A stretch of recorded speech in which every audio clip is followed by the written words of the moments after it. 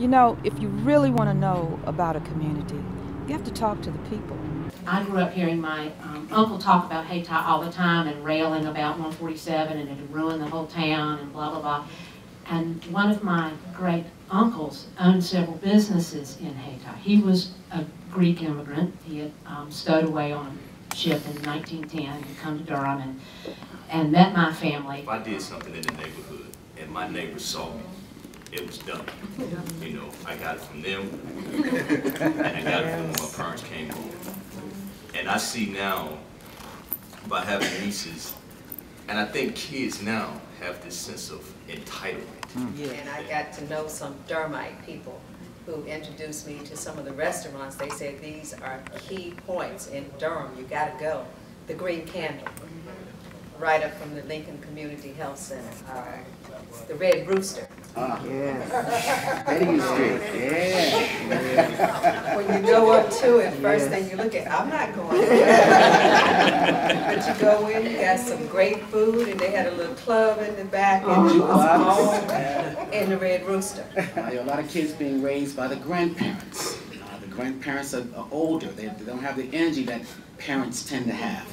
So that's a debatable issue. Is it the parent? Is it the school? Is it both? Personally, I think it starts in the home. It starts in the home. Because I think that's what's going to save us as a people, is starting with those children and starting young. And you'd be surprised how the 5th graders want to learn. They want to know, and they want to know. Learn as much as they can. But it's a challenge to make things interesting for children. And we've been able to find a hot button for that, and that is for them to stand up in front of a video camera. Booker T. Washington, founder of the Tuskegee Institute. Marcus Garvey, civil rights activist. Dr. Martin Luther King Jr., civil rights leader. Action. James Weldon Johnson. Okay, one more time. Say it 3 times. James Weldon Johnson. James Weldon Johnson. Okay. You remember what he wrote? Yes. Okay. Yeah. Okay. Action. James Weldon Johnson. He wrote "Lift Every Voice and Sing the Negro Anthem."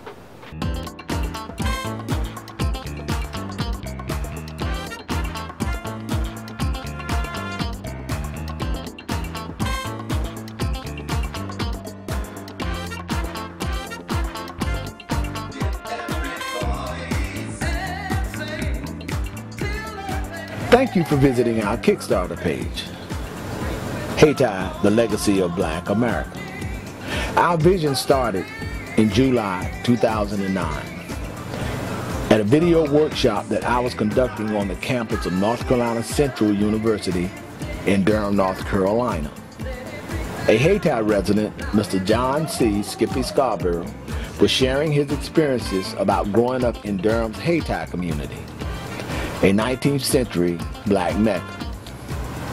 He just happened to mention that he was born in Lincoln Hospital, a black-owned and black-operated hospital staffed with black doctors and nurses.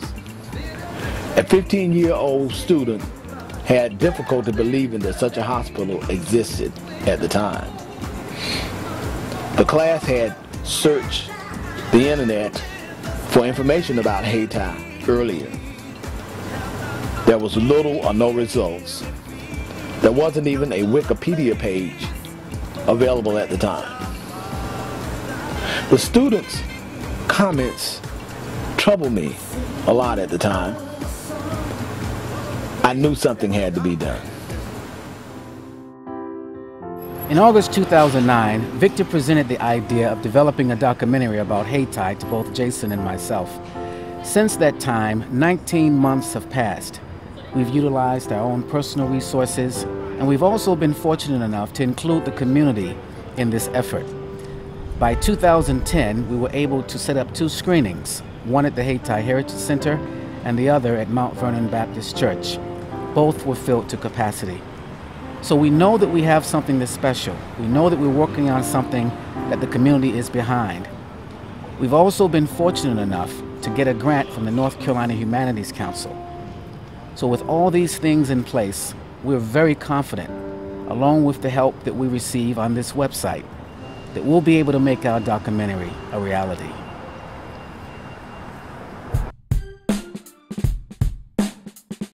Since starting this project, we completed a documentary short, and after completing the short, we screened it for some people, and the word got out that we had an incredible film in the progress.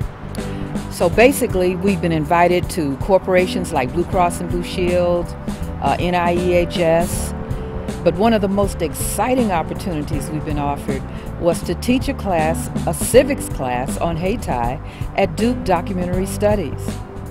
The students have been receptive, they've been involved, and I see the makings of a great production team coming out of this class. We appreciate all opportunities, and we appreciate you.